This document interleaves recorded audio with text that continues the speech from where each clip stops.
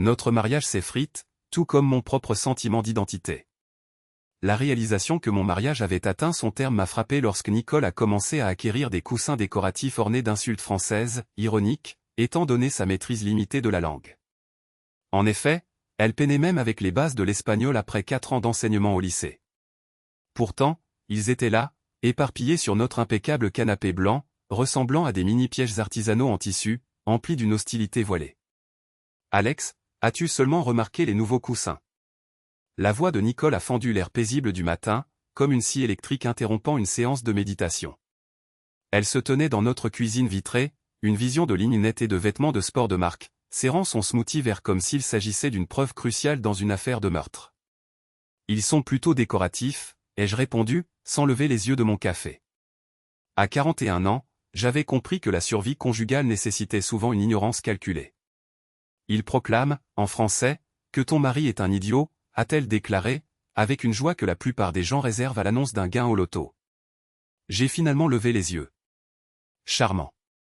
Ont-ils des serviettes assorties qui déclarent, en italien, que ta femme est une psychopathe?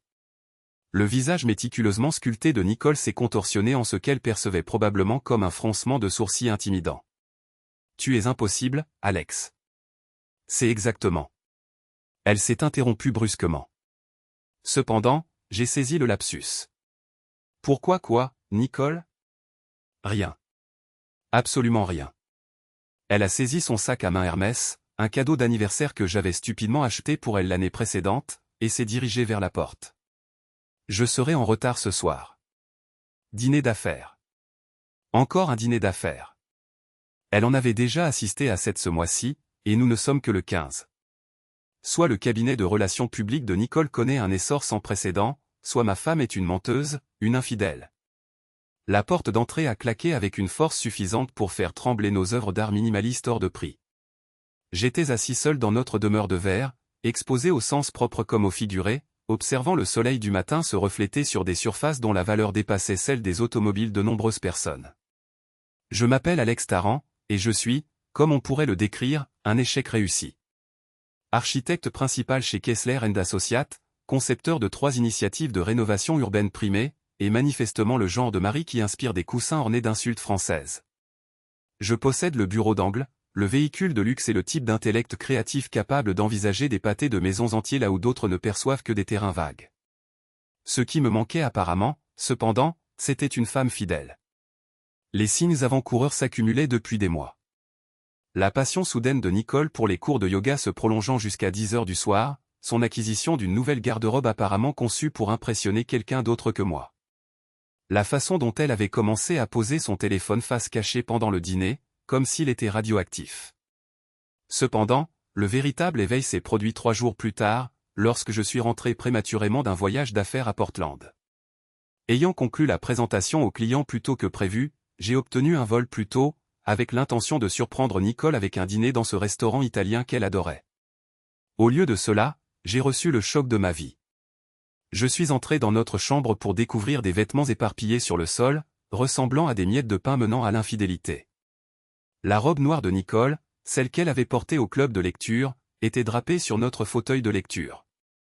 À côté de celle-ci se trouvait une chemise d'homme. Chère. Pas la mienne. Mes mains tremblaient lorsque j'ai récupéré le portefeuille qui avait glissé derrière notre lit. Un permis de conduire. Tristan Hale, 35 ans, possédant le genre de traits ciselés que l'on trouve généralement sur les couvertures de romans à l'eau de rose.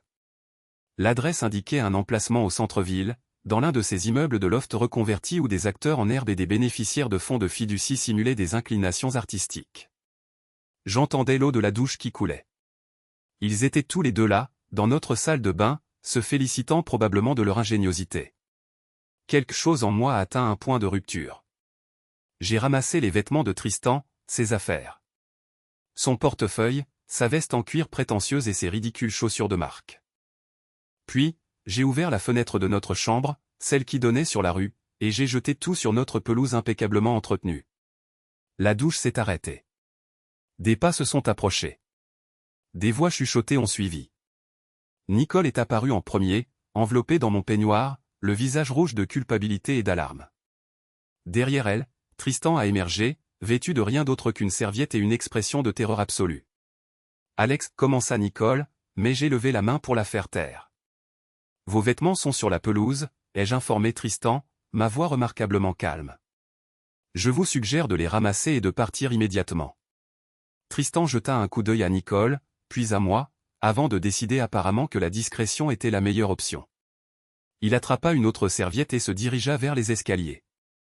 Ce n'est pas ce que tu crois, lâcha Nicole, ce qui devait être le mensonge le plus absurde de l'histoire de l'infidélité. Ah bon? Parce qu'on dirait bien que tu couches avec un mannequin dans notre lit pendant que je me tue à la tâche pour payer cette maison. Alex, s'il te plaît, laisse-moi m'expliquer. Expliquer quoi? Depuis combien de temps tu me trompes? Combien de dîners avec des clients étaient en réalité des rendez-vous clandestins? À quel point tu me prends pour un imbécile? L'expression de Nicole passa de la culpabilité à la défensive avec une rapidité stupéfiante. Tu veux savoir la vérité? Très bien. Oui, je vois Tristan. Et tu sais quoi? Je n'ai aucun remords. Tu es émotionnellement absent depuis des années, Alex. À quand remonte la dernière fois où tu m'as emmené dans un endroit agréable? À quand remonte la dernière fois où tu m'as fait me sentir désiré? Je t'ai emmené à Napa le mois dernier pour une conférence professionnelle. Tout chez toi tourne autour du travail, travail, travail. Tristan me fait me sentir vivante à nouveau. Il m'écoute. Il fait attention à moi. Il est aussi, visiblement, très doué pour se déshabiller chez les autres. D'en bas, on entendit le bruit de la porte d'entrée qui s'ouvrait et se refermait. Tristan avait pris la fuite, ressemblant probablement à un exhibitionniste en ramassant ses vêtements éparpillés sur notre pelouse. Nicole était assise sur le bord de notre lit, portant encore mon peignoir, et pendant un bref instant, elle ressembla à la femme que j'avais épousée 8 ans plus tôt. Vulnérable. Belle. Humaine.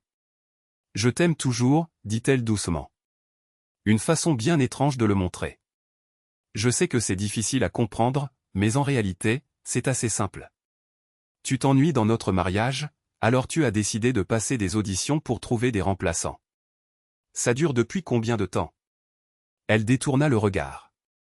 3 mois. 3 mois. Pendant que je travaillais tard sur le projet Morrison, Nicole travaillait tard sur son entraîneur personnel. Pendant que je planifiais notre dîner d'anniversaire, elle planifiait des rendez-vous avec Monsieur Mâchoire Parfaite. Il faut que tu partes, déclarai-je. C'est ma maison aussi. Alors, c'est moi qui partirai. Mais je refuse de dormir sous le même toit qu'une personne qui considère les vœux du mariage comme de simples suggestions. J'ai fait une valise et je suis allé en voiture au Marriott du centre-ville, où j'ai passé la nuit à fixer le plafond et à me demander comment j'avais pu ignorer les signes avant-coureurs. Ou peut-être ne les avais-je pas ignorés. Peut-être étais-je simplement trop fier ou trop stupide pour reconnaître ce qui se trouvait juste devant moi.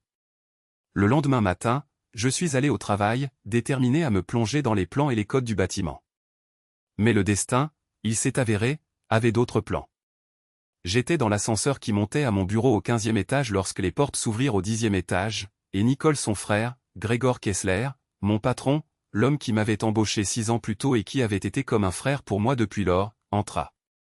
Alex, ça tombe à pic, s'exclama Gregor, son sourire enthousiaste habituel illuminant son visage.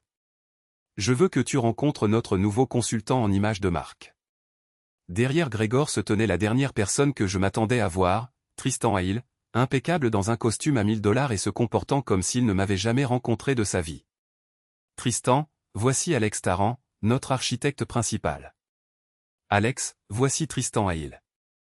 Il va collaborer avec nous sur de nouveaux projets passionnants. Tristan tendit la main avec le genre de sourire confiant qui fonctionnait probablement sur tous ceux qui n'avaient pas récemment vu ses sous-vêtements éjectés d'une fenêtre du premier étage. Enchanté de vous rencontrer, Alex, dit-il, sa voix aussi douce qu'un vieux whisky.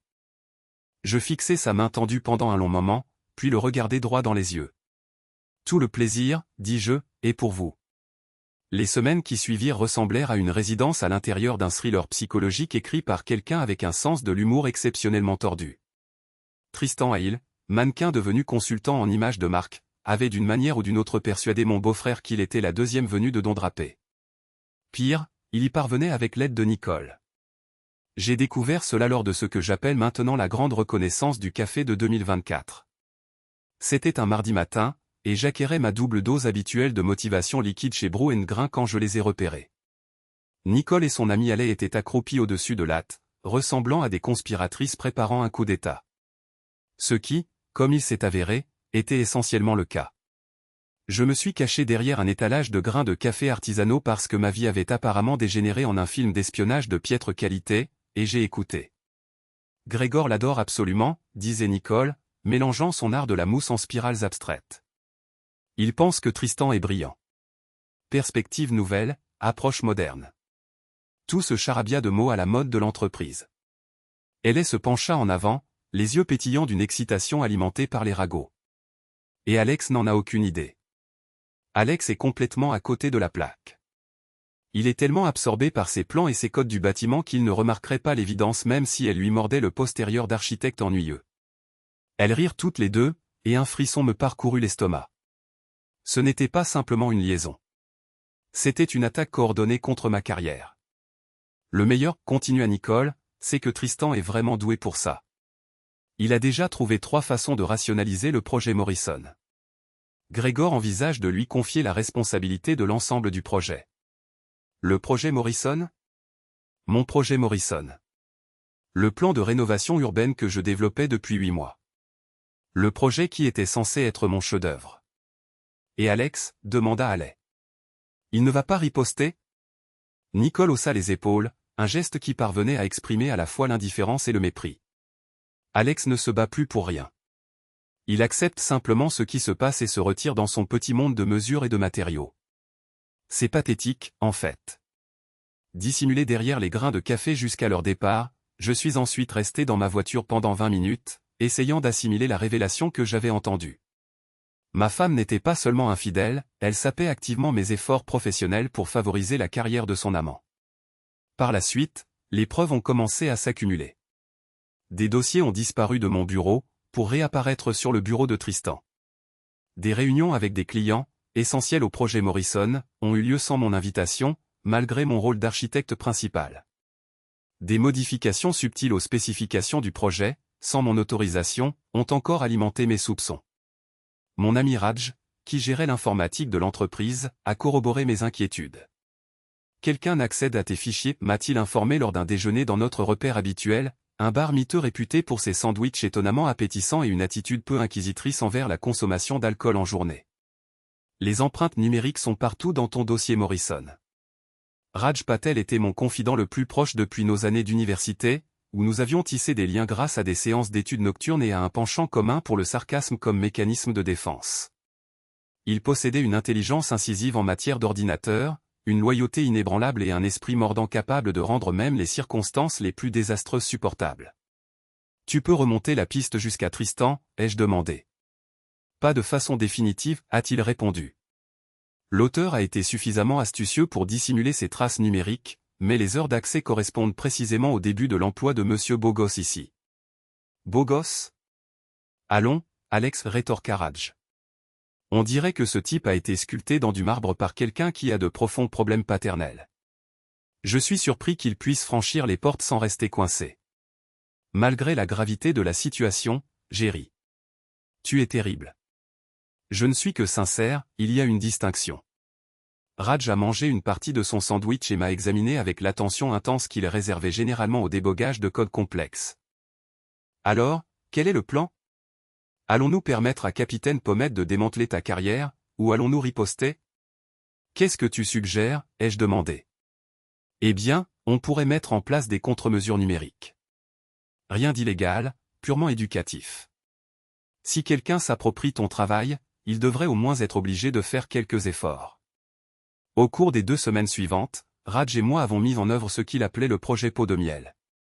Nous avons fabriqué plusieurs fichiers de projets fallacieux, chacun contenant des erreurs subtiles mais significatives qui ne deviendraient apparentes qu'à quelqu'un possédant une véritable expertise. Si Tristan dérobait mon travail, il présenterait inévitablement des plans truffés de catastrophes architecturales en devenir. La ruse s'est avérée plus efficace que prévu. Un vendredi après-midi, Grégor m'a convoqué dans son bureau. L'espace incarnait l'archétype du domaine d'un architecte prospère, des fenêtres du sol au plafond, un mobilier opulent et une surabondance de prix et de distinctions suffisantes pour alimenter un modeste musée. « Alex, nous devons discuter, déclara Grégor, sa chaleur habituelle remplacée par une émotion qui ressemblait inconfortablement à de la déception. Tristan était déjà présent, assis dans l'un des fauteuils en cuir en face du bureau de Grégor, l'air comme s'il préférait être n'importe où ailleurs. Son visage impeccable était pâle, et des perles de sueur ornaient son front. J'ai examiné les propositions du projet Morrison, continua Grégor, et je dois exprimer mon inquiétude quant à la qualité du travail émanant de ce bureau. Oh. J'ai gardé un ton neutre, tandis qu'intérieurement, je souriais avec l'exubérance d'un gagnant à la loterie. Les calculs structurels de la tour résidentielle sont fondamentalement erronés. Les spécifications des fondations sont inadéquates pour supporter une structure même de la moitié de cette ampleur. Et surtout, ne m'obligez pas à aborder le système de drainage. Il inonderait tout le complexe dès les premières pluies conséquentes. Tristan se tortilla mal à l'aise sur sa chaise, la mâchoire si serrée que je m'attendais à une fracture imminente de ses dents. Je ne suis pas certain de comprendre, feignis-je l'ignorance. À quelle proposition faites-vous référence? Celle que Tristan a soumise hier. Il a affirmé qu'elle était basée sur votre travail préliminaire. Mais, Alex, c'est du niveau licence. Sérieusement? Des erreurs basiques que quelqu'un avec votre expérience ne commettrait jamais. Je me tournai pour regarder Tristan, qui fixait le sol comme s'il pouvait s'ouvrir spontanément et l'engloutir. Tristan, avez-vous revu ces plans avec moi avant de les soumettre? Il doit y avoir eu un malentendu, balbutia-t-il, sa voix à peine audible. Un malentendu? Les sourcils de Grégor se sont levés de façon spectaculaire. Tristan, vous m'avez assuré que ces plans étaient préparés pour être présentés aux clients. Nous avons rendez-vous avec le groupe Morrison lundi. Je peux rectifier ça, intervint Tristan précipitamment. Donnez-moi juste le week-end. J'aurai tout corrigé d'ici lundi matin. Avec quoi, demandai-je innocemment. Le logiciel d'ingénierie des structures, les études géologiques, les codes du bâtiment municipaux. Parce que tout cela nécessite des connaissances spécialisées acquises au cours d'années d'études approfondies. Grégor alternait son regard entre nous, et je percevais les rouages qui tournaient dans son esprit. Il commençait à soupçonner que sa nouvelle recrue brillante n'était peut-être pas aussi brillante qu'annoncée. « Alex, pouvez-vous sauver ça ?» implora Grégor. « Assurément. J'aurai des plans corrigés près d'ici lundi matin.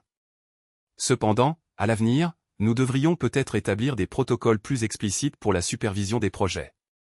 Nous ne pouvons pas nous permettre des erreurs de cette ampleur. » Absolument, Tristan. Je pense qu'il serait plus judicieux pour vous de vous concentrer sur les aspects marketing et de branding de nos projets à l'avenir. Déléguons le travail technique à ceux qui possèdent les qualifications requises. Tristan acquiesça d'un air abattu, et j'éprouvai une vague de satisfaction probablement malsaine, mais indubitablement méritée. Cependant, mon triomphe s'avéra éphémère. Ce soir-là, alors que je travaillais tard dans mon bureau, compilant la véritable proposition Morrison, j'ai entendu des voix provenant de la salle de conférence. Plus précisément, la voix de Nicole, accompagnée de celle de Grégor et de plusieurs autres que je ne reconnaissais pas.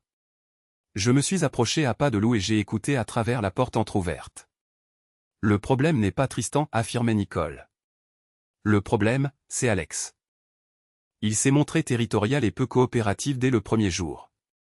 Il sabote délibérément le travail de Tristan parce qu'il se sent menacé. Ça ne ressemble pas à Alex, rétorqua Grégor, bien qu'une note d'incertitude imprégnait son ton. Grégor, tu es mon frère, et je t'aime, mais tu as toujours été excessivement confiant. Alex se repose sur sa réputation depuis des années. À quand remonte la dernière fois qu'il a décroché un nouveau client important? À quand remonte la dernière fois qu'il a conçu une idée vraiment novatrice? Le projet Morrison est le même modèle de rénovation urbaine qu'il utilise depuis 5 ans. Il n'y a rien d'original. Tristan a des idées nouvelles, des approches modernes. Il comprend comment commercialiser l'architecture auprès des clients d'aujourd'hui. Mais les erreurs techniques étaient de la faute d'Alex. Il a fourni à Tristan des fichiers corrompus, probablement intentionnellement. Il essaie de faire paraître Tristan incompétent parce qu'il sait que Tristan représente l'avenir de cette entreprise. J'ai écouté ma femme démanteler systématiquement ma réputation et ma crédibilité professionnelle, et j'ai réalisé qu'il ne s'agissait plus simplement d'une liaison. Il s'agissait de Nicole et Tristan essayant d'usurper toute ma vie. Le lundi suivant, Grégor me convoqua à nouveau dans son bureau. Cette fois, il n'était pas seul. 3 des associés du cabinet étaient présents, ainsi que Nicole et Tristan. On aurait dit un tribunal. Alex, commença Grégor, sa voix formelle et glaciale, nous avons discuté de votre avenir au sein du cabinet. Mon avenir? Des préoccupations ont été soulevées concernant votre attitude et la qualité de votre travail. Plusieurs personnes ont suggéré que vous seriez peut-être plus heureux ailleurs. J'ai parcouru la pièce du regard, observant les visages des personnes avec lesquelles j'avais collaboré pendant des années. Des personnes qui avaient célébré mes triomphes, qui m'avaient confié leurs projets les plus importants. Maintenant, ils me considéraient comme un problème à résoudre. Quel genre de préoccupation, demandai-je. Comportement territorial, résistance à la collaboration, sabotage possible du travail des collègues. Grégor lisait des notes, évitant mon regard. Les associés pensent qu'il serait dans l'intérêt de tous que vous quittiez votre poste actuel. Vous mettez fin à mon emploi. Nous vous offrons un généreux plan de départ et d'excellentes références. Bon, oui, nous pensons qu'il est temps pour vous d'explorer d'autres opportunités. Je me suis levé lentement, l'esprit chaviré. Et je suppose que Tristan assumera la responsabilité de mes projets. Tristan a démontré une perspicacité remarquable en matière de marketing architectural moderne, a déclaré l'un des associés. Avec un soutien approprié, nous pensons qu'il peut guider le projet Morrison vers de nouvelles directions passionnantes. J'ai observé Nicole, assise là avec une expression parfaitement composée, comme si elle regardait une émission de télévision modérément intéressante. Elle avait orchestré toute cette mascarade, retourné mon propre beau-frère contre moi et détruit ma carrière pour faire avancer celle de son petit ami. Je demanderai mes dossiers personnels, ai-je déclaré. La sécurité vous accompagnera pour récupérer vos effets personnels, a répondu Grégor.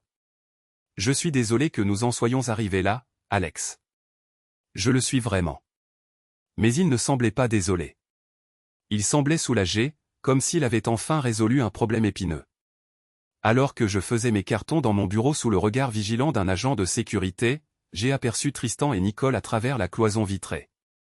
Ils étaient debout, proches l'un de l'autre, conversant à voix basse, et, pendant un bref instant, Tristan m'a regardé directement et a souri. Ce n'était pas un sourire amical. C'était le sourire de quelqu'un qui venait de remporter une victoire dans un jeu auquel je ne savais même pas que je participais. Cette nuit-là, retranché dans ma chambre d'hôtel avec une bouteille de whisky et un carton contenant mes effets personnels, j'ai pris une résolution. Si Nicole et Tristan désiraient se livrer à des jeux, je leur démontrerais ce qu'un véritable jeu impliquait. Mais d'abord, je devais en connaître les règles. Vivre dans une chambre d'hôtel offre une perspective unique sur l'échec. Tout est transitoire, les meubles, la vue, les petites bouteilles de shampoing qui évoquent la sensation de toujours recommencer à zéro. J'étais installé au Marriott depuis 3 semaines, et je commençais à comprendre pourquoi les personnes sous protection de témoins succombaient à la folie. Ma routine quotidienne était devenue désespérément prévisible.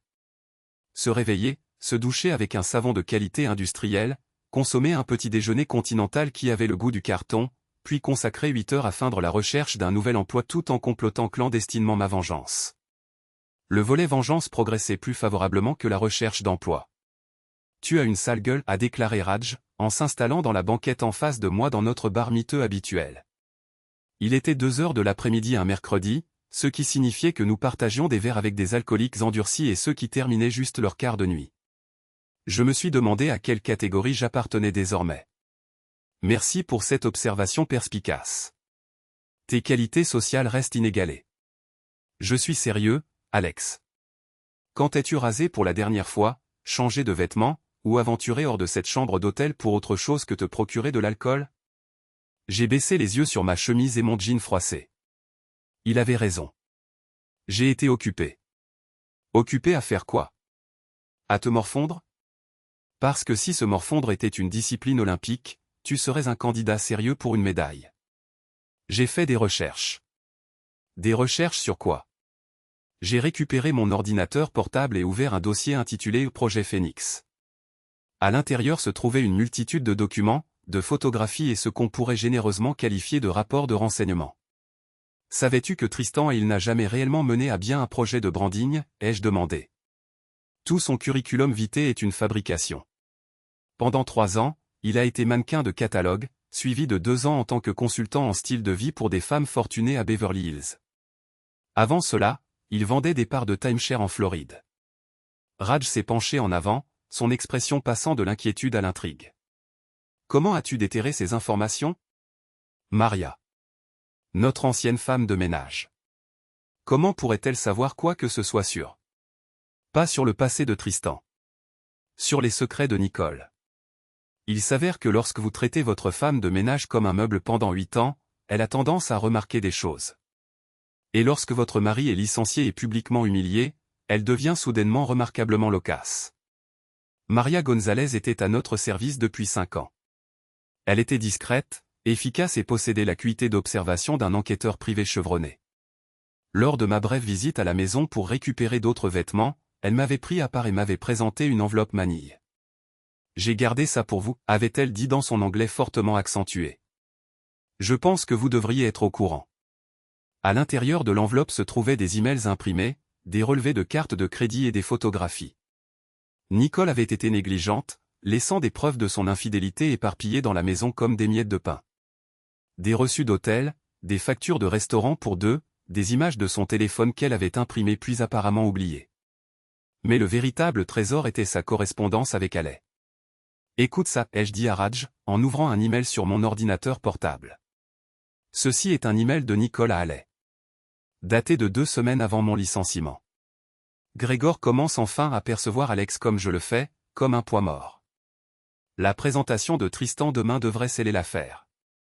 D'ici Noël, Alex aura disparu et Thé aura son bureau d'angle. Jésus, elle a méticuleusement planifié toute cette affaire.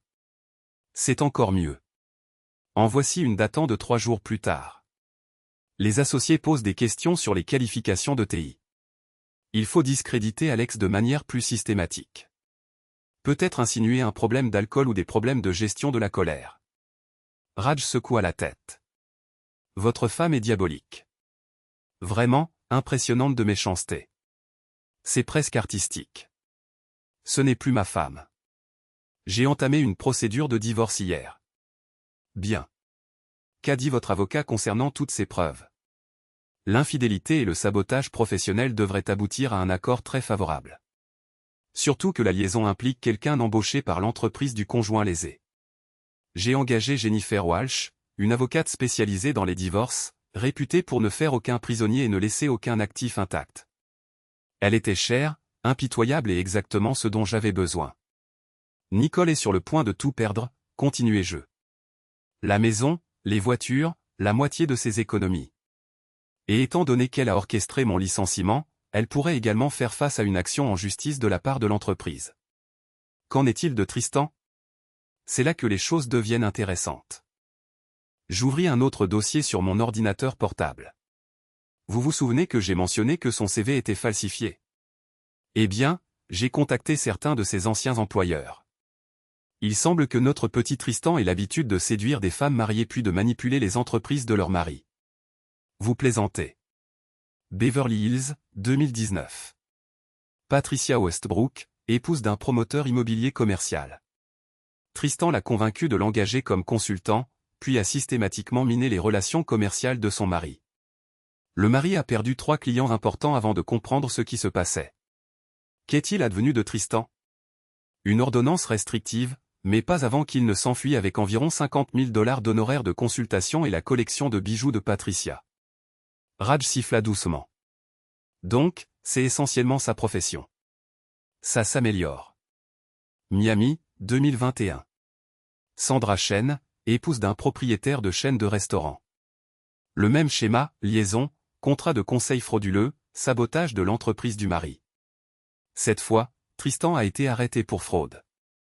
Cependant, les accusations ont été abandonnées lorsque Sandra a refusé de témoigner. Pourquoi n'ont-ils pas témoigné? Parce que, à ce moment-là, Tristan les avait convaincus que leurs maris étaient les véritables méchants. Il excelle à se faire passer pour la victime, se présentant comme l'artiste incompris persécuté par des hommes jaloux et dominateurs. Je fermai l'ordinateur portable et regardai Raj. Nicole croit avoir trouvé son âme sœur. Ce qu'elle a réellement trouvé, c'est un escroc professionnel qui perpétue la même arnaque depuis 5 ans. Alors, quel est le plan? Transmettre ces informations à la police? La police ne peut pas nous aider avec la majorité de ça. Ce sont toutes des affaires civiles, fraude, rupture de contrat, aliénation d'affection. Cependant, il existe d'autres façons de gérer ça. J'y avais réfléchi pendant des semaines, allongé éveillé dans mon lit d'hôtel, fixant le plafond et élaborant des plans. Nicole et Tristan avaient décimé mon mariage et ma carrière. Mais ils avaient commis une erreur cruciale. Ils m'ont sous-estimé. Je lance ma propre entreprise, annoncai-je. Avec quel fonds? Vous résidez dans un hôtel et vous consommez de l'alcool à l'heure du déjeuner. Je possède des économies dont ils ne sont pas au courant. Vous vous souvenez du travail de consultant que j'ai effectué pour le projet de Vancouver l'année dernière? J'ai ouvert un compte distinct pour ces paiements. Nicole n'en a jamais été au courant. C'est vrai. J'accumulais secrètement des fonds provenant de projets indépendants depuis 3 ans, avec l'intention initiale de surprendre Nicole avec des vacances en Europe pour notre 10e anniversaire de mariage. Maintenant, cela financera ma résurgence. J'ai déjà trouvé des bureaux à Toronto. Petits, mais idéaux pour mes besoins. Et j'ai une piste pour un client important. Qui? Le groupe Morrison. Les yeux de Raj s'écarquillèrent. Le même groupe Morrison que Tristan est censé courtiser avec ses brillantes idées de marketing. Le même. Il semble qu'ils ne soient pas entièrement satisfaits de la direction que prend leur projet. Quelque chose à propos de déficiences structurelles et de délais irréalistes. C'était l'aspect le plus exquis de mon plan. Tristan avait tellement hâte de voler mon travail qu'il n'avait jamais pris la peine de le comprendre. Les plans qu'il a présentés au groupe Morrison étaient basés sur mes croquis préliminaires, des croquis qui n'étaient jamais censés être des propositions finales. C'étaient des concepts bruts, remplis de problèmes que j'aurais résolus pendant la phase de développement. Mais Tristan ignorait ce fait. Il les a présentés comme un travail terminé. Et maintenant, le groupe Morrison pose des questions embarrassantes concernant les calculs de charges et les rapports de stabilité du sol. J'ai un rendez-vous avec eux la semaine prochaine, continuai-je. Officieusement, bien sûr. Juste une conversation informelle concernant les stratégies de rénovation urbaine et les pratiques de développement durable. Et s'ils sont impressionnés par ce que vous avez à offrir, alors Kessler et Associés perd son plus gros client, et j'obtiens le contrat qui était censé définir ma carrière. Raj sourit. Ça, c'est l'Alex dont je me souviens. Sournois, calculateur et juste un peu effrayant. Je ne fais que commencer. Au cours de la semaine suivante, j'ai mis le reste de mon plan en marche. J'ai engagé un détective privé pour documenter les pratiques frauduleuses de Tristan. J'ai contacté ses anciennes victimes, dont plusieurs étaient extrêmement désireuses de partager leurs témoignages. Et j'ai commencé à contacter d'anciens collègues qui pourraient être intéressés à rejoindre un nouveau cabinet. La réponse a dépassé mes attentes. Apparemment, le style de gestion de Tristan chez Kessler et Associés ne lui valait pas beaucoup d'amitié. Il était arrogant, condescendant et avait tendance à s'attribuer le mérite du travail des autres. Cela vous dit quelque chose? La moitié du bureau est prête à démissionner, m'informa mon ancienne collègue Suzanne autour d'un café. Grégor commence à réaliser qu'il a fait une erreur, mais il est trop fier pour l'admettre. Et Nicole continue de défendre Tristan, ce qui exacerbe la situation. Comment ça? Elle est là constamment maintenant, se comportant comme si elle faisait partie de l'équipe de direction, donnant son avis sur les projets, assistant aux réunions avec les clients. Les gens commencent à commérer. C'était idéal. Nicole était tellement obsédée par l'avancement de la carrière de Tristan qu'elle sapait sa propre réputation par la même occasion. Son cabinet de relations publiques perdait déjà des clients. Apparemment, avoir sa vie personnelle étalée dans les commérages de bureau n'était pas propice à la crédibilité professionnelle. Il y a autre chose, dit Suzanne, en baissant la voix. Le groupe Morrison a appelé hier. Ils souhaitent reporter le projet indéfiniment. Vraiment? Ils ont déclaré qu'ils devaient réévaluer leur partenariat architectural. Grégor était furieux. Il a passé 1 heure à réprimander Tristan à huis clos. J'essayais de paraître surpris, mais intérieurement, j'étais jubilant. Mon rendez-vous avec Morrison s'était déroulé encore plus favorablement que prévu. Ils avaient été impressionnés par mes propositions alternatives, ma compréhension de leurs objectifs à long terme et ma capacité à articuler des concepts techniques complexes en termes simples. Ils avaient également été très intéressés par mes anecdotes concernant l'éthique professionnelle et l'importance de collaborer avec des personnes de confiance. Ont-ils mentionné autre chose, demandai-je à Suzanne. Seulement qu'ils pourraient explorer d'autres options. Grégor panique. C'était censé être le projet qui établirait Tristan comme un architecte légitime. Et maintenant? Maintenant, il semble que Tristan ait peut-être tué la poule aux œufs d'or. Ce soir-là, j'ai contacté Jennifer Walsh pour lui faire part de mes progrès. Les papiers du divorce seront signifiés demain, main format TL. J'ai également préparé une action civile contre Nicole et Tristan pour ingérence intentionnelle dans les relations commerciales. C'est un coup de poker, je l'admets, mais avec les preuves que vous avez fournies, nous pourrions peut-être parvenir à faire tenir les accusations. En ce qui concerne la maison, compte tenu des circonstances atténuantes, vous hériterez de la résidence et de la part du lion des actifs liquides. L'infidélité de Nicole, associée à son implication dans votre licenciement, en fait une affaire exceptionnellement avantageuse pour vous et Tristan. Il est sur le point de rencontrer des difficultés qui dépassent largement le cadre de votre procès. J'ai déjà pris contact avec le bureau du procureur du district de Beverly Hills. Ils expriment un intérêt considérable pour la réouverture de l'affaire Patricia Westbrook, surtout à la lumière de la tendance comportementale nouvellement établie. Tout se mettait en place à la perfection. Nicole et Tristan avaient entretenu l'illusion qu'ils étaient exceptionnellement intelligents, pratiquement intouchables, ne se doutant jamais que leur victime pourrait riposter. Cependant, je ne faisais que commencer à prendre de l'élan. L'essence de la vengeance réside dans sa ressemblance avec l'architecture. Une base solide est primordiale avant de commencer la construction de quoi que ce soit de vraiment spectaculaire. J'avais consacré 6 semaines à jeter les bases, et le moment de commencer la construction était arrivé.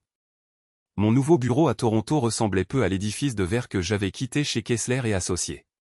Il occupait un entrepôt rénové niché dans le quartier des Arts, avec des murs de briques apparentes, un éclairage de style industriel et l'énergie créatrice revigorante émanant de personnes activement engagées dans le travail plutôt que de simplement en discuter.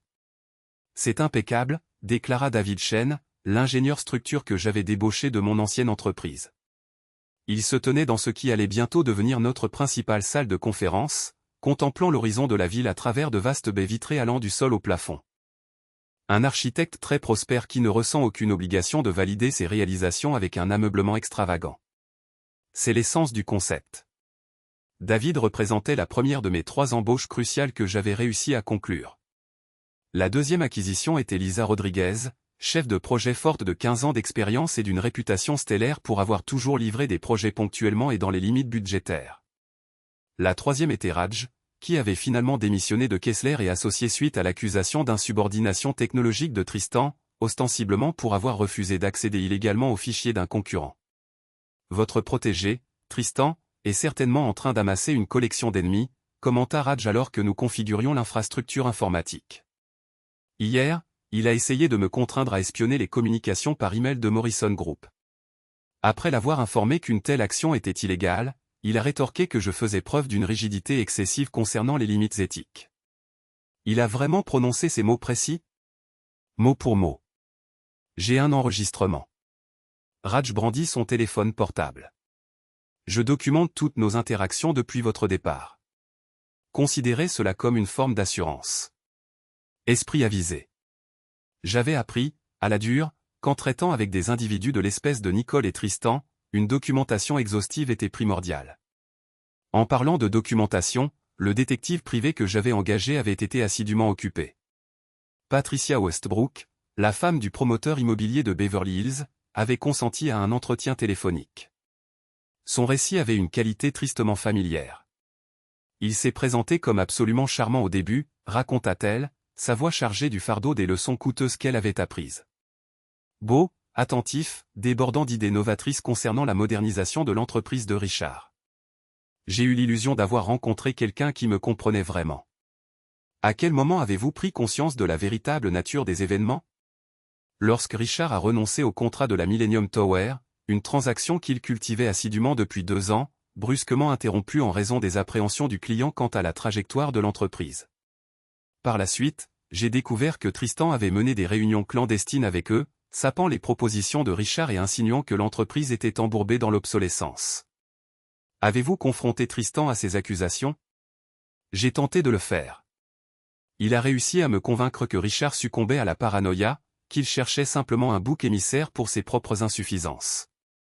Tristan possédait une aptitude remarquable à se faire passer pour la victime. Quel événement a finalement servi à vous ouvrir les yeux sur la vérité? Je suis tombé sur son ordinateur portable déverrouillé un jour.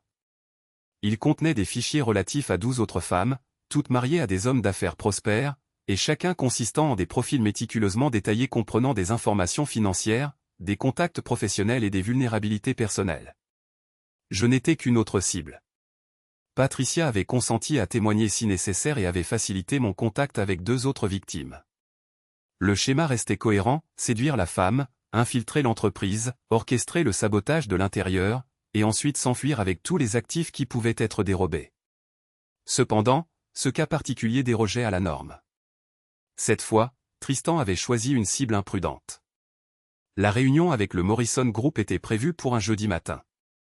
Je possédais cette information grâce à Suzanne, qui me fournissait toujours des renseignements de l'intérieur de Kessler et Associés, où le moral avait chuté à des niveaux abyssaux, et où les individus abandonnaient le navire à un rythme rappelant celui des rongeurs fuyant le Titanic. Grégor fait preuve de désespoir, m'a-t-elle confié lors de notre rendez-vous hebdomadaire habituel pour prendre un café. Il reconnaît que l'accord avec Morrison est en train de s'effondrer, et les associés posent des questions incisives concernant les qualifications de Tristan. Nicole est présente constamment au bureau, s'efforçant d'atténuer les dégâts. Comment cet effort progresse-t-il? À peu près aussi efficacement que l'on pourrait s'y attendre. Elle s'est engagée dans une altercation vociférante avec Janet de la comptabilité hier. Le sujet portait sur les notes de frais relatives aux recherches de Tristan et à ses excursions dans des restaurants opulents. J'ai presque éprouvé un pincement de sympathie pour Grégor. Presque. Il avait gaspillé 6 années de camaraderie et d'estime professionnelle parce que sa sœur l'avait persuadé que son amant était un prodige de l'architecture. Maintenant, il constatait de visu la différence entre un simple charisme et une compétence véritable. La réunion avec le groupe Morrison était censée être le grand retour de Tristan. Au lieu de cela, elle s'est transformée en son Waterloo. Je n'étais pas physiquement présent, bien sûr, mais Suzanne m'a fourni une analyse post-mortem exhaustive. Un véritable carnage, s'exclama-t-elle, dissimulant à peine sa joie. Morrison avait amené son propre ingénieur structure, qui a commencé à poser des questions techniques auxquelles Tristan s'est avéré incapable de répondre. Des notions de base. Calcul de charge, rapport de sol, conformité au code de construction. Quelle a été sa réponse? Il a constamment tenté de recentrer la conversation sur la vision et la synergie de marque. À un moment donné, il a même affirmé que les menus détails techniques étaient subordonnés à l'architecture émotionnelle. L'architecture émotionnelle.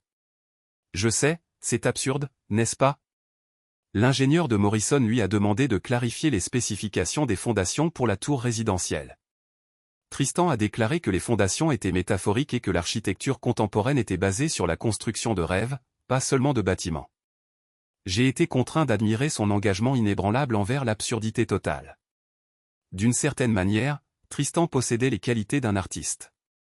Un artiste de l'absurde, certes, mais un artiste néanmoins. Quelle a été l'issue finale? Morrison a résilié le contrat immédiatement. Ils ont affirmé qu'ils avaient besoin de collaborer avec des professionnels qui saisissaient la distinction entre la poésie et l'ingénierie. Grégor a tenté de sauver la situation en proposant de faire appel à des consultants externes, mais Morrison a indiqué qu'ils avaient déjà identifié un autre candidat. Un autre candidat. Ce serait moi. Le groupe Morrison m'avait contacté la semaine précédente, me demandant si j'envisagerais de prendre en charge leur projet de rénovation urbaine. Le calendrier était exigeant, le budget était conséquent et la possibilité de liberté créative était précisément ce dont j'avais besoin pour établir ma jeune entreprise. Nous avons été profondément impressionnés par vos propositions préliminaires, m'avait dit le PDG de Morrison. Vous semblez comprendre qu'une architecture exemplaire nécessite à la fois vision et compétence. Je suis convaincu qu'elles sont inextricablement liées, avais-je répondu. On ne peut pas construire des rêves sur des fondations défectueuses. Le contrat fut signé le lendemain. Tarrant et associés. Premier projet majeur. Et il s'est avéré que c'était le même projet qui était sur le point de propulser la carrière de Tristan. Cependant, je ne me contentais pas de simplement éclipser ses réalisations. Je souhaitais qu'il sache précisément qui était responsable de sa chute. La conférence d'architecture à Chicago présentait le lieu idéal pour mes dessins. C'était l'événement incontournable de l'industrie où les individus se réunissaient pour nouer des contacts, échanger des idées et présenter leurs dernières réalisations. Tristan y serait présent, représentant Kessler et associés et s'efforçant de redorer son blason après le fiasco de Morrison. Je suis arrivé ponctuellement, me suis inscrit sous le nom de ma nouvelle entreprise et j'ai attendu son arrivée. Tristan est apparu pendant la pause déjeuner, incarnant l'image de l'architecte prospère dans son costume de créateur et ses chaussures italiennes. il engageait la conversation avec les participants à la manière d'un politicien chevronné, serrant des mains et distribuant des cartes de visite avec un charme étudié. Je l'ai observé pendant une vingtaine de minutes, scrutant sa technique. Il excellait dans cet aspect particulier. L'art de faire du charme, les subtilités du réseautage, les conversations superficielles qui engendraient la perception qu'il possédait une substance qui, en réalité, lui manquait. Ensuite, j'ai exécuté ma manœuvre. Tristan Hale, ai-je annoncé, m'approchant de lui près de la station de café. Quelle rencontre inattendue mais agréable. Il a pivoté et, pendant un bref instant, sa façade soigneusement construite s'est effondrée. J'ai discerné de la reconnaissance, suivie de trépidation, puis une évaluation rapide des options disponibles. Cependant, il a rapidement retrouvé son calme, brandissant ce sourire digne d'une couverture de magazine. « Alex, je ne savais pas que tu étais là. Comment vas-tu ? » « Extrêmement bien, en fait. Je suis ici pour représenter ma nouvelle entreprise. Nous avons récemment décroché un important projet de rénovation urbaine.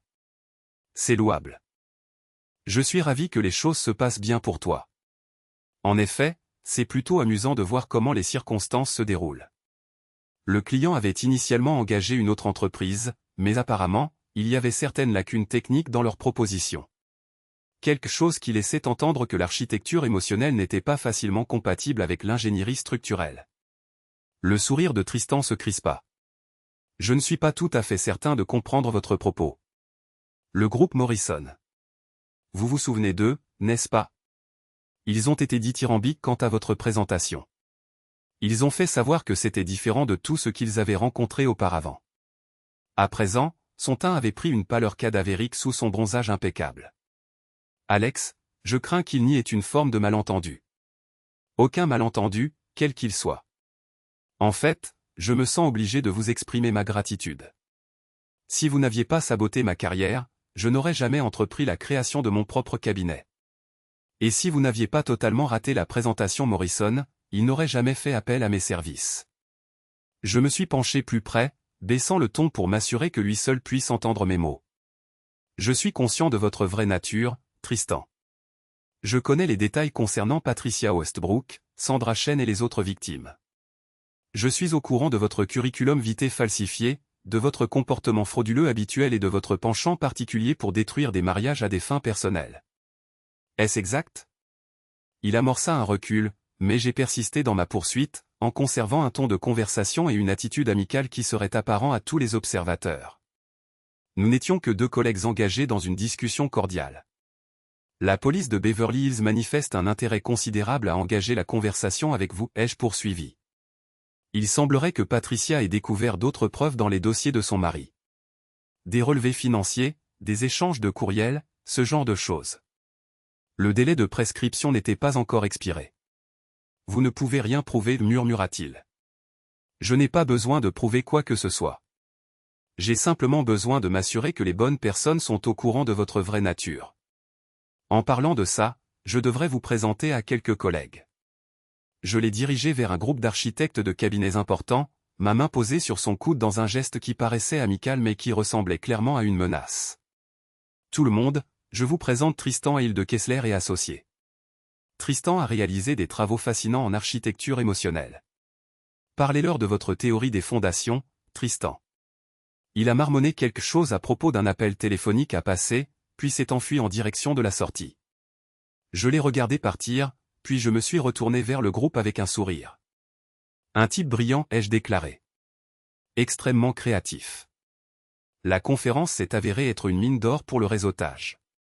À la fin de la journée, j'avais amassé une douzaine de clients potentiels et établi Tarrant et Associés comme un cabinet à surveiller de près. Plusieurs participants ont mentionné qu'ils avaient entendu parler du projet Morrison, et tout le monde semblait impressionné qu'une start-up ait décroché un contrat aussi prestigieux. Plus important encore, des rumeurs circulaient concernant le départ abrupt de Tristan de la conférence. Dans un secteur fondé sur les relations et la réputation, ce genre de comportement était dûment noté et mémorisé. Cependant, la vraie récompense s'est matérialisée 2 jours plus tard lorsque Jennifer Walsh a appelé pour faire le point sur la procédure de divorce. L'avocat de Nicole souhaite négocier, a-t-elle dit. Apparemment, votre femme rencontre des difficultés financières. Quelle sorte de difficultés? Son cabinet de relations publiques perd des clients à l'appel. Quelque chose concernant sa vie personnelle qui devient un handicap professionnel. Et Tristan lui a emprunté de l'argent. Une somme considérable. En fait, c'était encore plus favorable que ce que j'avais prévu. Nicole avait été tellement obsédée par la destruction de ma carrière qu'elle avait négligé sa propre entreprise. Et Tristan, fidèle à lui-même, l'a saigné à blanc tout en cherchant sa prochaine victime. Combien d'argent? Selon sa déclaration financière, environ 80 000 $ au cours des 3 derniers mois. Des prêts pour son cabinet de conseil et son développement professionnel, dont aucun ne semble avoir été remboursé. Quelle est sa position de négociation? Faible. Elle veut conserver la maison et la moitié de l'épargne, mais compte tenu de l'infidélité et des preuves de sabotage professionnel, elle n'est pas en position d'exiger quoi que ce soit. Son avocat plaide essentiellement pour la clémence. Et notre réponse? Je leur ai dit que nous envisagerions un accord si elle fournissait une confession écrite complète de son rôle dans mon licenciement et acceptait de témoigner contre Tristan dans toute procédure judiciaire future. Va-t-elle accepter? Si elle souhaite éviter la ruine financière totale, oui. Tristan l'a laissée avec une dette importante et très peu d'actifs. C'était vraiment magnifique. Nicole avait tout sacrifié au son mariage, son entreprise, sa réputation pour un homme qui l'exploitait de la même manière qu'il avait utilisé une douzaine d'autres femmes. Et maintenant que son escroquerie se démasquait, il se préparait à disparaître, la laissant supporter les conséquences. Mais je n'en avais pas encore fini avec eux deux. Le véritable chef-d'œuvre restait à venir. Il existe une satisfaction profonde à voir ses ennemis se détruire eux-mêmes. C'est un peu comme être l'architecte du karma. On conçoit la structure, mais c'est eux qui choisissent d'y entrer. La confession de Nicole est arrivée un mardi matin, livrée par son avocat tel un acte de reddition d'une armée vaincue. 23 pages d'aveux détaillés sur la façon dont elle avait manipulé Grégor, saboté mes projets et collaboré avec Tristan pour me faire licencier. C'était plus complet que je ne l'avais espéré et plus accablant que je n'avais osé l'imaginer. Elle essaie de se sauver, a expliqué Jennifer Walsh au téléphone. Tristan a disparu il y a 3 jours, et elle réalise enfin qu'elle s'est fait avoir. Disparu? Il a vidé son appartement, ses comptes bancaires et s'est volatilisé, laissant Nicole avec environ 60 000 $ de dettes de carte de crédit qu'elle avait co-signées pour ses dépenses professionnelles. J'ai failli rire. Presque. Le schéma était si prévisible que j'aurais pu écrire le scénario moi-même, séduire la victime, épuiser ses ressources, puis disparaître quand les choses se compliquent. Nicole avait cru qu'elle était différente, spéciale, la seule femme capable de le transformer. Au lieu de cela, elle était devenue une autre victime dans sa longue liste de conquêtes. Qu'en est-il du règlement de divorce? Elle a tout accepté. Vous récupérez la maison, les voitures et 70% des actifs liquides. Elle conserve son entreprise et ses dettes. Et la plainte au civil? Elle témoignera contre Tristan? Si nous pouvons le localiser. En échange, nous abandonnerons les accusations d'ingérence contre elle. C'était un arrangement favorable, peut-être même excessivement. Cependant, j'avais des plans plus ambitieux pour Tristan qu'une simple action civile.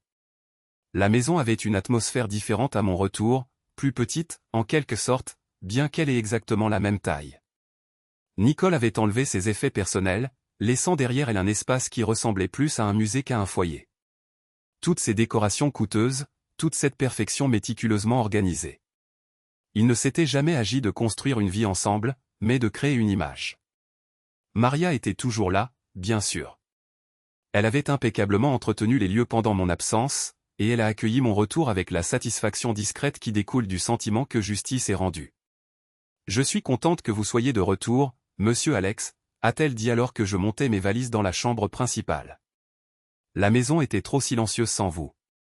Merci, Maria, pour tout. Elle a acquiescé, comprenant que je ne parlais pas seulement du ménage. C'est elle qui avait fourni les preuves qui ont initié mon retour en force. D'une certaine manière, elle avait été ma première alliée dans cette guerre. Madame Nicole a appelé hier. Elle a dit qu'elle voulait savoir si elle pouvait passer prendre des affaires qu'elle avait oubliées. Qu'est-ce que vous lui avez dit? Que c'était à votre avocat qu'elle devait s'adresser. Une femme intelligente. J'avais l'intention de l'augmenter. Le projet Morrison progressait magnifiquement. Mon équipe s'était plongée dans le travail avec l'enthousiasme que suscite le fait de faire partie de quelque chose d'important. Nous concevions plus que de simples bâtiments, nous créions une vision de rénovation urbaine qui équilibrait le développement économique et les besoins de la communauté. La tour résidentielle va être spectaculaire, a déclaré Lisa lors de notre réunion d'avancement hebdomadaire. Le client est séduit par les caractéristiques de conception durable, et le service d'urbanisme de la ville la considère comme un modèle pour le développement futur. Qu'en est-il du calendrier? En avance sur le calendrier et en dessous du budget. Étonnant ce que l'on peut accomplir quand on n'a pas affaire à une gestion incompétente. David a levé les yeux de ses calculs structurels. En parlant de gestion incompétente, j'ai entendu dire par un ami de chez Kessler et associé que Grégor était en pleine crise de nerfs. Ce n'était pas surprenant. Les nouvelles circulent rapidement dans le monde de l'architecture, et tout le monde était au courant du désastre de Morrison. Les clients sont réticents à travailler avec des entreprises qui ne savent pas faire la différence entre vision et compétence. Avez-vous des nouvelles de Tristan, ai-je demandé. Disparu sans laisser de traces, a déclaré Raj, sans lever les yeux de son ordinateur. Mais je surveille son empreinte numérique, carte de crédit, médias sociaux, compte de messagerie. Tout est devenu noir. Il est probablement déjà en train de s'attaquer à sa prochaine victime, ai-je dit. Les individus comme lui ne changent pas leurs habitudes. Mais je me trompais sur ce point. Tristan n'était pas passé à sa prochaine proie. Il était toujours en ville, essayant toujours de sauver sa réputation et commettant toujours les mêmes erreurs qui avaient conduit à sa chute en premier lieu. Je l'ai découvert lorsque Suzanne m'a appelé avec une mise à jour du réseau de commérage de Kessler et Associés. Tu ne vas pas croire ça, a-t-elle dit, la voix pétillante d'excitation. Tristan est de retour. De retour où? Il s'est présenté au bureau hier, exigeant de voir Grégor. La sécurité a dû l'escorter dehors, mais pas avant qu'il ne fasse une scène dans le hall, une histoire d'argent qu'on lui devait pour son travail de consultant. C'était intriguant. La plupart des escrocs battent en retraite et passent à autre chose quand une arnaque est découverte. Le fait que Tristan tentait encore de se faire payer suggérait soit du désespoir, soit de la stupidité, peut-être les deux. Qu'a dit Grégor? Que Tristan avait de la chance de ne pas être poursuivi au pénal. Apparemment, les associés ont examiné son travail et ils ont trouvé des preuves de réunion avec des clients inventés, de notes de frais falsifiées et de détournement de fonds de projet. Détournement comment? Il facturait ses dépenses personnelles sur les comptes des clients. Des dîners coûteux, des chambres d'hôtel, même un week-end à Las Vegas qu'il a présenté comme une étude de marché. Le tableau se précisait. Tristan n'était pas simplement un séducteur en série. C'était un escroc de la pire espèce qui utilisait la romance comme couverture pour une fraude financière. Nicole avait été tellement aveuglée par son charme qu'elle n'avait jamais pris la peine d'examiner ce qu'il faisait réellement avec l'argent de l'entreprise. Il y a plus, a continué Suzanne. Nicole s'est pointée ce matin pour essayer d'obtenir de Grégor des informations sur la stratégie juridique de l'entreprise. Elle veut savoir s'ils envisagent de porter plainte contre Tristan. Pourquoi est-ce que ça la concerne? Je pensais qu'elle en avait fini avec lui. Apparemment pas, elle pense que Nicole espère encore se réconcilier avec lui. Elle raconte aux gens que Tristan a été piégé, que tu as orchestré toute l'affaire pour te venger. Je devais admirer la capacité de Nicole à réécrire l'histoire. Même confrontée à des preuves accablantes de la fraude de Tristan, elle le présentait toujours comme la victime et moi comme le méchant. Certaines personnes préfèrent vivre dans un mensonge confortable plutôt que d'affronter une vérité inconfortable. Mais ces illusions étaient sur le point de se heurter à la réalité de manière très publique. Le dîner des Industry Awards était l'un de ces événements que personne n'appréciait vraiment, mais auquel tout le monde assistait. C'était l'occasion pour les architectes de réseauter, de célébrer les réussites et de faire semblant qu'ils n'étaient pas tous en compétition pour le même bassin limité de clients haut de gamme. J'étais là pour recevoir un prix pour l'approche de conception innovante du projet Morrison. C'était une reconnaissance bienvenue, cependant, plus important encore, cela offrait l'opportunité d'établir fermement Tarrant & Associates comme une entité importante dans le secteur. Je ne m'attendais pas à y croiser Nicole, mais elle est apparue pendant le cocktail, rayonnant à la fois élégance et désespoir à parts égales. Elle parcourait la salle avec une aisance étudiée, engageant la conversation avec des architectes et des promoteurs comme si elle n'avait pas consacré les 6 mois précédents à démanteler sa crédibilité professionnelle. Alex, dit-elle, s'approchant de moi près du bar. Félicitations pour le prix. Tu le mérites vraiment. Merci, répondis-je. J'espérais que nous pourrions discuter en privé. J'observais la salle, remarquant les regards inquisiteurs de collègues familiers avec notre histoire commune. Je ne crois pas que ce soit conseillé, Nicole. Nos échanges doivent se limiter à nos représentants légaux respectifs. S'il te plaît, juste 5 minutes, implora-t-elle. Contre mon meilleur jugement, je l'accompagnai dans un coin isolé de la salle. Elle semblait fatiguée, vieillie d'une certaine manière, comme si le stress accumulé des derniers mois avait finalement eu raison d'elle. « Je sais que tu me méprises », commença-t-elle. « Et je comprends la raison d'un tel sentiment. J'ai pris des décisions regrettables, et je t'ai infligé des blessures que je ne pourrai jamais effacer. Cette conversation a-t-elle un but précis ? Tristan est en difficulté. De grandes difficultés. Les autorités le recherchent activement, et il est terrifié. Il a besoin d'aide. Et tu penses que c'est à moi de la lui fournir ? Je crois que tu es la seule personne capable de le faire. Tu as maintenant de l'influence et des relations.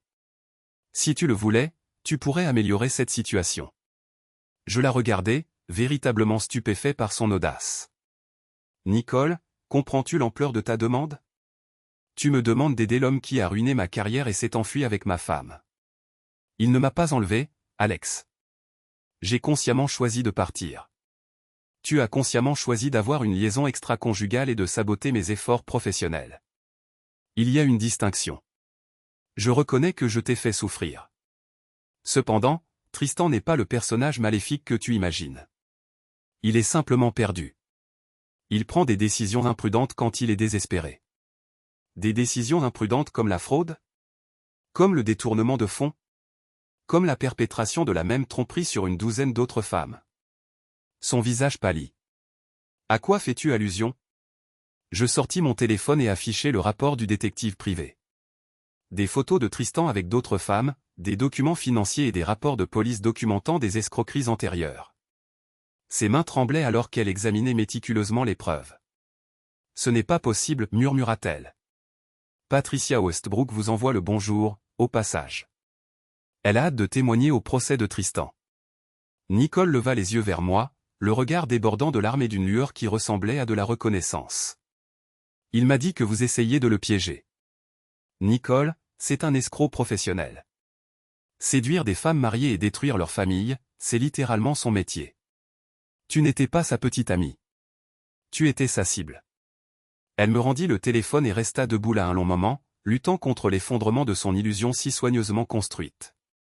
Quand elle finit par parler, sa voix était à peine audible. J'ai tout abandonné pour lui. Oui, c'est vrai. Et il n'avait absolument aucune affection pour moi. Non, aucune. Elle acquiesça lentement, comme si elle acceptait enfin une vérité qu'elle avait fuie pendant des mois. Puis, elle se redressa, essuya ses yeux, et me regarda avec une détermination qui se rapprochait de celle qu'elle avait autrefois. Que puis-je faire pour vous aider à le faire tomber ? La réponse, il s'est avéré, était considérable. La clé pour construire le piège parfait réside dans sa capacité à se faire passer pour une opportunité. Tristan avait consacré sa carrière à exploiter les vulnérabilités des autres, par conséquent, j'ai décidé de lui présenter précisément ce qu'il pensait désirer, une chance de se venger de moi. La coopération de Nicole s'est avérée inestimable. Elle avait toujours accès à la boîte mail de Tristan. Apparemment, il n'avait jamais pris la peine de modifier ses mots de passe, et elle s'est montrée disposée à aider à orchestrer sa perte. Il loge au Riverside Motel, révéla-t-elle lors d'une de nos séances de planification au bureau de Jennifer Walsh, dans la chambre 247. Il utilise un faux nom, mais il continue à utiliser ses vraies cartes de crédit, comme un imbécile. Quel est son état d'esprit ? Paranoïaque ? Désespéré. Il soupçonne que vous avez ourdi une sorte de complot contre lui. Il parle sans cesse de trouver des preuves pour prouver que vous l'avez piégé. Des preuves de quoi, précisément ? Il croit que vous avez inséré des informations falsifiées dans sa vérification des antécédents. Il est convaincu que s'il peut démontrer que vous dénaturez son passé, il pourra récupérer son poste et blanchir sa réputation. C'était idéal. Le narcissisme inhérent de Tristan l'empêcherait d'accepter que son arrestation était due à sa propre incompétence. Il avait besoin de croire qu'il était victime d'un complot élaboré, ce qui le rendait prévisible. Voici notre plan d'action, dis-je, en sortant un plan méticuleusement élaboré que je développais depuis des semaines. Nous allons lui fournir précisément ce qu'il pense désirer. La mise en place a pris 3 jours. Tout d'abord, j'ai demandé à Raj de créer une fausse adresse mail et d'envoyer un message à Tristan, se faisant passer pour un ancien employé mécontent de mon enquêteur privé. Le message proposait de lui vendre les vrais fichiers qui prouvaient ma fabrication de preuves contre lui. Ensuite, j'ai loué un box de stockage à la périphérie de la ville et les rempli de documents contrefaits convaincants, de relevés financiers, de photos de surveillance et de faux rapports de police, le tout méticuleusement conçu pour convaincre Tristan qu'il avait déterré la preuve de mon complot. Enfin, j'ai fait en sorte que toute la séquence d'événements soit enregistrée, en utilisant plusieurs caméras, un éclairage professionnel et une diffusion en direct transmise à plusieurs services de police manifestant un vif intérêt pour les activités de Tristan. C'est soit génial, soit complètement dingue, commenta Raj alors que nous finalisions l'installation de l'équipement. Peut-être les deux, répondis-je. C'est la justice, et elle sera très publique. Le rendez-vous était fixé à jeudi soir à 10h. Tristan arriva précisément à l'heure, l'air à la fois inquiet et résolu. Il était vêtu tout en noir, comme s'il envisageait un braquage plutôt que ce qu'il percevait comme un simple échange de documents. J'observais depuis une camionnette garée de l'autre côté de la rue alors qu'il s'approchait du box de stockage. Les caméras ont méticuleusement capturé chaque détail, ses regards furtifs autour du parking, ses réactions de surprise à chaque bruit, et la joie évidente sur son visage en découvrant les boîtes de preuves. Il mord à l'hameçon, annonça Raj, surveillant le flux vidéo. Regardez-le. Il croit vraiment qu'il a découvert la preuve irréfutable. Pendant 20 minutes, Tristan fouilla dans les documents contrefaits, photographiant tout avec son téléphone. Il était tellement absorbé par sa découverte qu'il n'a pas remarqué les caméras ou les véhicules de police qui avaient discrètement encerclé le centre de stockage. C'est à ce moment-là que je fis mon entrée. Vous trouvez tout ce dont vous avez besoin, Tristan ? Il pivota sur lui-même, son visage trahissant une succession rapide de surprises, de peur et de rage. Alex. J'aurais dû prévoir votre présence. C'est mon box de stockage. Bien que je doive avouer être impressionné que vous ayez succombé à quelque chose d'aussi transparent.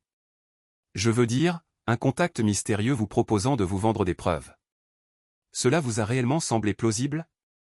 Vous m'avez piégé. Je vous ai fourni précisément ce que vous désiriez, une opportunité de vous dépeindre en victime plutôt qu'en auteur des faits. Comment cette entreprise progresse-t-elle ? Tristan scruta le box de stockage, réalisant enfin la présence des caméras enregistrant tout. Son visage pâlit lorsqu'il saisit toute l'ampleur de la situation. C'est un guet-apens. En réalité, c'est de leur performance. Vous voyez, je souhaitais offrir à chacun l'opportunité d'assister au véritable Tristan Hale en action, les mouvements furtifs, l'entrée illégale, la quête désespérée pour attribuer vos échecs à des facteurs extérieurs. Je n'ai rien forcé. La porte était entr'ouverte. Vraiment ? Parce que je suis à peu près certain de l'avoir verrouillée. Et je suis à peu près certain que crocheter une serrure constitue une effraction, indépendamment de tout dommage physique infligé. À ce moment précis, la police choisit de se faire connaître. La détective Sarah Morrison, sans lien de parenté avec le Morrison Group, simple coïncidence de la vie, entra dans le box de stockage, accompagnée de 2 agents en uniforme. Monsieur Hale, déclara-t-elle, vous êtes en état d'arrestation pour effraction, tentative de vol et violation de votre ordonnance restrictive. Ordonnance restrictive. Tristan parut déconcerté. Patricia Westbrook l'a déposée hier. Il vous est interdit de vous trouver à moins de 150 mètres de toute personne associée à son affaire. Cela inclut Monsieur Tarrant ici présent, qui coopère avec notre enquête. Alors que les agents plaçaient Tristan en menottes, il me fixa d'un regard d'animosité pure. Ce n'est pas fini, Alex. Je trouverai un moyen de vous détruire. Vous avez déjà essayé, rétorquai-je. Comment cette entreprise s'est-elle déroulée ? Ils l'escortèrent et je restai planté dans le box de stockage, entouré de fausses preuves et d'une justice véritable. Les caméras étaient toujours opérationnelles, retransmettant tout en direct à un public comprenant les forces de l'ordre, des collègues de l'industrie et tous ceux qui avaient suivi le déroulement des événements. Mesdames et messieurs, proclamai-je, m'adressant directement à la caméra principale, ceci conclut la démonstration de ce soir sur la manière de ne pas gérer les revers professionnels. N'oubliez pas, les enfants, lorsque votre carrière s'effondre à la suite de votre propre incompétence et de vos actes criminels, la solution appropriée n'est pas de blâmer tout le monde et de commettre d'autres crimes. La diffusion en direct devint virale. En quelques heures, le Tristan Gate devint un sujet tendance, et la vidéo fut partagée des milliers de fois sur les plateformes de médias sociaux. La communauté architecturale, qui ne raffole rien de plus qu'un scandale captivant, disséqua chaque instant de la chute de Tristan. Cependant, la véritable gratification se matérialisa le lendemain matin lorsque Nicole téléphona pour m'informer que Grégor désirait une rencontre. « Il est dévasté », dit-elle. « Il réalise qu'il a détruit votre amitié et a presque ruiné le cabinet parce qu'il a cru mes inventions à votre sujet. Il souhaite s'excuser. Il est trop tard pour les excuses. J'en suis consciente. Cependant, il doit également faire face à une action en justice du Morrison Group, et 3 autres clients menacent de rompre leurs liens. Il a besoin d'aide. Alex, le cabinet est sur le point de s'effondrer sans quelqu'un qui possède l'expertise requise. Ce n'est plus mon problème. Non, ce n'est pas le cas. Mais cela pourrait représenter votre opportunité. Elle avait raison, bien sûr. Kessler et associés perdaient de l'argent et sa réputation à vue d'œil, mais ils possédaient encore des actifs précieux, des relations avec les clients, des projets en cours et un personnel talentueux qui avait été étouffé par une direction incompétente. Le rendez-vous avec Grégor se déroula dans les murs de son bureau, l'endroit même où il avait mis fin à mon emploi 6 mois auparavant. Il semblait avoir vieilli de 5 ans pendant cette période, son assurance habituelle remplacée par le désespoir aux yeux creux d'un homme assistant à la désintégration des efforts de sa vie. « Alex, dit-il, se levant à mon entrée. Merci d'être venu. Nicole m'a informé de votre désir de présenter des excuses. En effet. Mes actions envers vous ont été inexcusables. J'ai permis à des relations personnelles d'obscurcir mon jugement professionnel, et j'ai presque décimé tout ce que notre père avait établi. Le père de Grégor avait fondé le cabinet 40 ans auparavant, le développant d'une opération solitaire à l'un des cabinets d'architectes les plus estimés de la ville. Grégor avait hérité de l'entreprise, ainsi que du fardeau de maintenir l'héritage de son père. Vous l'avez détruit, rétorquai-je. La question pertinente est maintenant de savoir si quelque chose peut être sauvé. C'est le sujet dont je souhaitais discuter avec vous. Il désigna une chaise située en face de son bureau. J'ai une proposition. Je vous écoute. Fusionnez votre cabinet avec le nôtre. Vous assumeriez le rôle d'associé principal, détenant l'autorité créative et opérationnelle complète. Je gérerai le développement commercial et les relations avec les clients. Nous conserverions le nom Kessler pour des raisons de continuité, mais en substance, ce serait votre entreprise. C'était une offre magnanime, peut-être excessivement. Quelle est la prise? Il n'y a pas de prise. Je suis désespéré, Alex. Sans votre implication, ce cabinet s'effondrera sans aucun doute dans les 6 mois. Avec vous, nous pourrions concevablement reconstruire quelque chose qui mérite d'être préservé.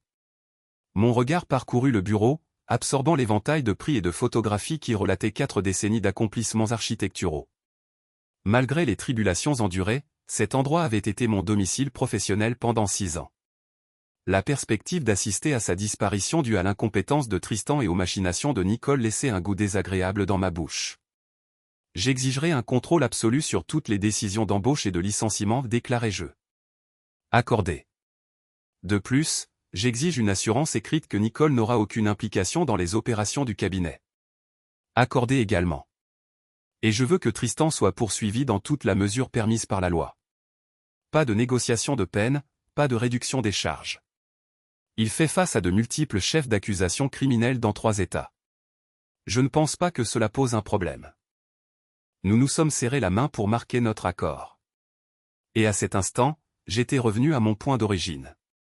Sauf qu'à cette occasion, j'étais à la barre. La fusion a nécessité 3 mois pour être finalisée, mais les répercussions ont été immédiates.